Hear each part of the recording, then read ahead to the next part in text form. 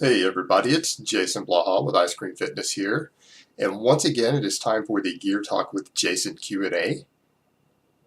But hold on, let me give you guys a bicep shot first.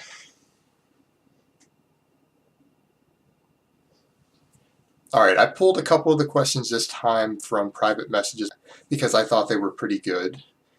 So let's go ahead and get right to these. This first question, it comes from a private message I got from a friend of mine who is,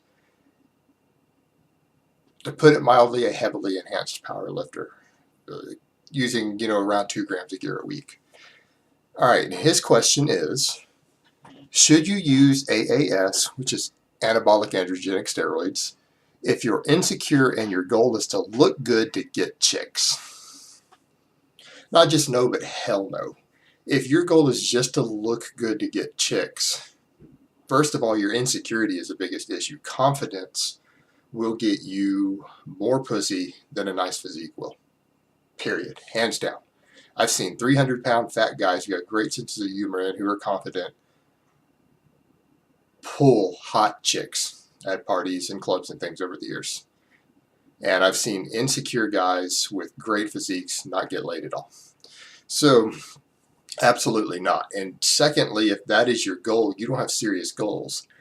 I am not a fan of casual gear use. I see it as a tool to be used by people whose training and nutrition is perfect.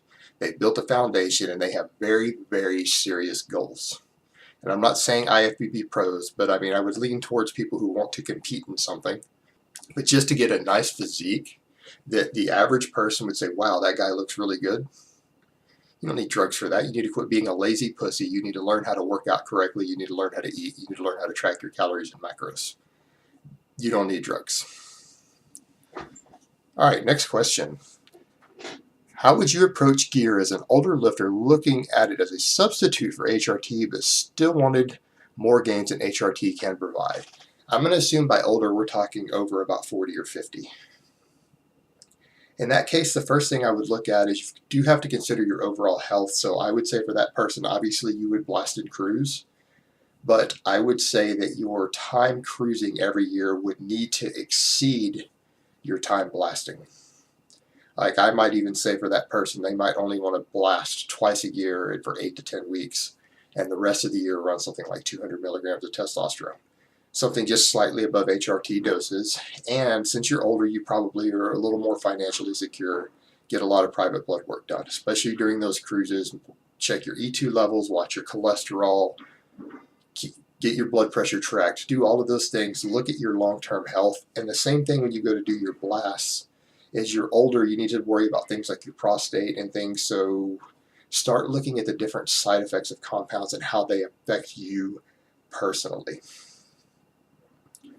And I would lean towards older guys, especially guys over 50, doing their blasts on milder compounds with milder side effects, less DHT conversion, things like that. Stick with the milder anabolics, like blast mostly on things like nandrolone, boldenon, anavar, primobolan.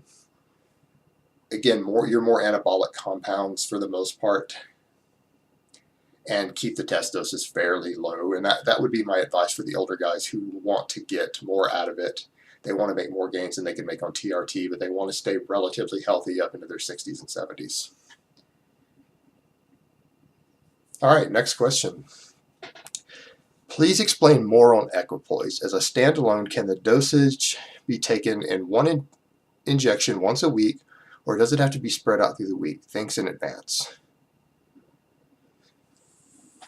While I am a fan of equipoise as a primary compound in a stack because it's just so mild and you can run boatloads of it for most people without getting side effects, but you need boatloads of it to see good gains also, I would say that I would at least, for most people, at least stack a little bit of test in there, 150, 200 milligrams, even 250 milligrams, just because some people will experience emotional or sexual side effects if they don't have a proper testosterone binding to their brain, because boldenon is a reduced testosterone, so it doesn't give you the full proper binding to the androgen receptor to the brain.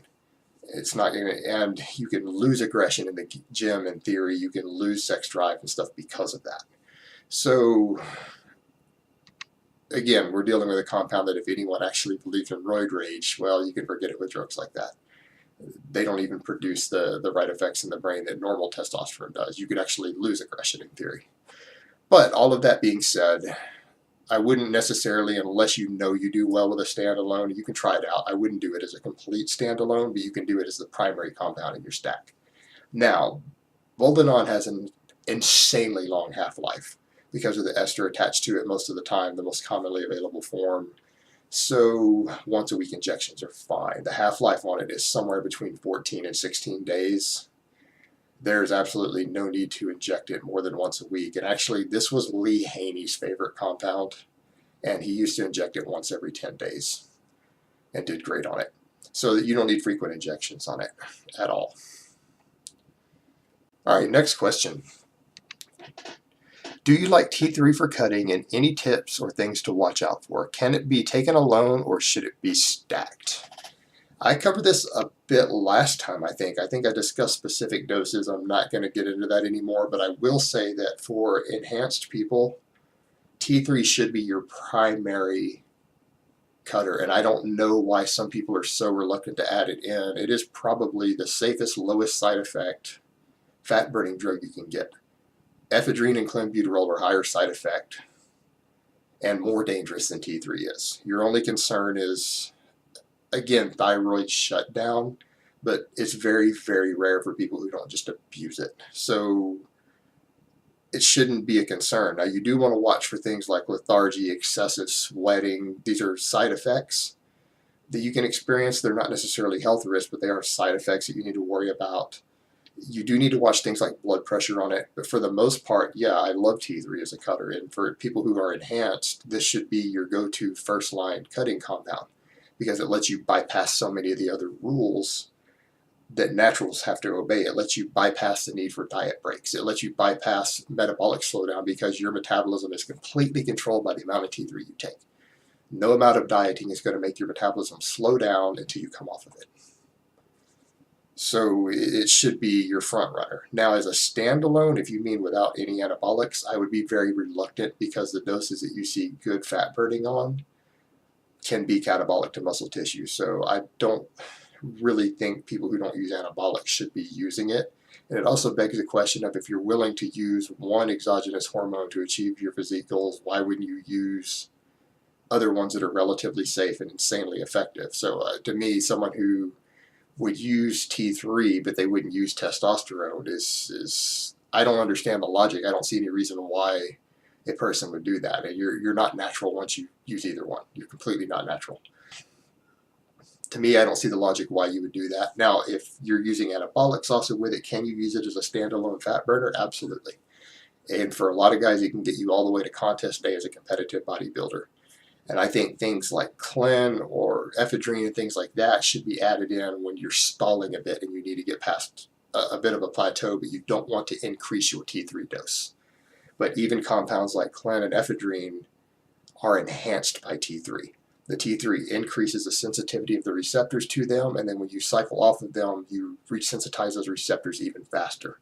So it actually amplifies their effect as far as their fat-burning effect goes. So I would never run clen alone. You can run T3 alone, but I would not run clen without T3 because you're basically making it less effective as a fat burner than it could be.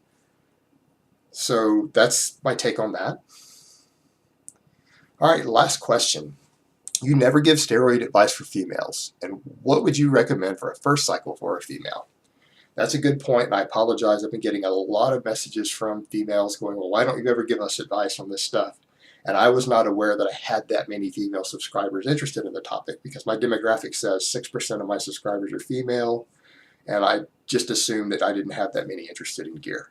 So what I would say, first of all, most females, because you're not looking to look like a female bodybuilder, you want just a more aesthetic, leaner physique, you want to gain some strength or some muscle, you want to harden up a little bit, or you want that more toned look. So for most females, obviously you don't want to use drugs that are going to give you lifelong negative side effects just to achieve that type of goal. Obviously you don't want to grow chest hair, chin hair, have a big Adam's apple grow, or a 2-inch long clit. For most women, at least.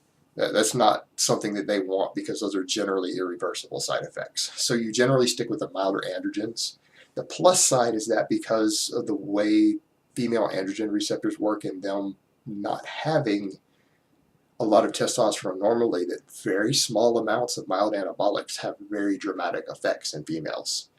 So you don't really have to use a lot, and that's nice because you can use the really expensive, nice anabolic compounds for pennies because you need a tenth of what a man does. Gear is very cheap for women to use accordingly. Now, for most women, I would say for a first cycle, and yes, women can cycle because they don't get the HTPA shutdown that men do. You can come off anytime you want, and you don't really have the same problems men do. You can cycle on and off whenever you want. For women, I would like to see either Anavar or Primobolan for a first cycle. And I lean towards the Anavar.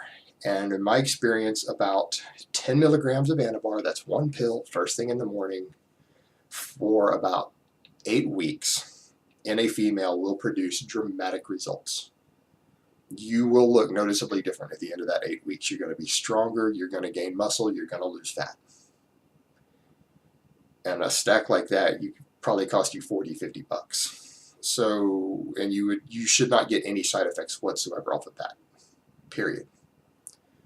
Now, if you're using an estrogen type birth control instead of a progesterone one, you won't necessarily get the fat burning you want without dieting hard.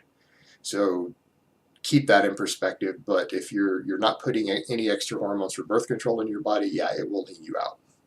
Probably even on a very small caloric surplus or at maintenance, you'll lose fat on it. So that's a good setup. I really like that for a female first time. My next choice, I think, works just as well, but the problem is that it's oftentimes fake, and you might get something and be injecting something into your body that isn't the right thing because Primobolan is so heavily faked due to the high demand for it. But 50 to 100 milligrams of Primobolan a week by itself produces a very similar effect in females. And again, you shouldn't get any real side effects from it because it's so mild in terms of its androgenic properties. And it's just such a mild compound that it's a zero side effect compound for most women at those doses. And you get the same thing. You just gain nice lean muscle. You'll get stronger. It will recomposition you. So either one of those, I think, are a great choice for females. And just don't add in new compounds too quickly is my general advice for females, and keep those doses low, particularly if you start adding in things that can produce virilization effects and that take a while to clear the system. I mean, I think low doses of things like nandrolone or equipoise work really well for women who want something a little more aggressive than Anavar. But by that same token, if the doses go too high on those for you, you can start getting virilization effects. And since they take a couple of weeks to clear the system, you can come off of it and you'll continue to progress with those side effects. Your voice might get a little deeper. Your clit might grow a little larger. So even after you come off of it. And so that's the only thing you have to watch for with some of those compounds. So you really need to watch those doses on those and keep them low. And I would say for most women, 50 milligrams of nandrolone is probably as high as you want to go until you're really experienced with something like that. So keep that in mind and be progressive with it. You don't need to jump into drugs like that early on. Anavar and Primobolan can take you a very, very long way with just completely recompositioning your physique as a female. All right, guys, that's really all I have to say on that today. I hope it has been informative, and I will talk to you next time.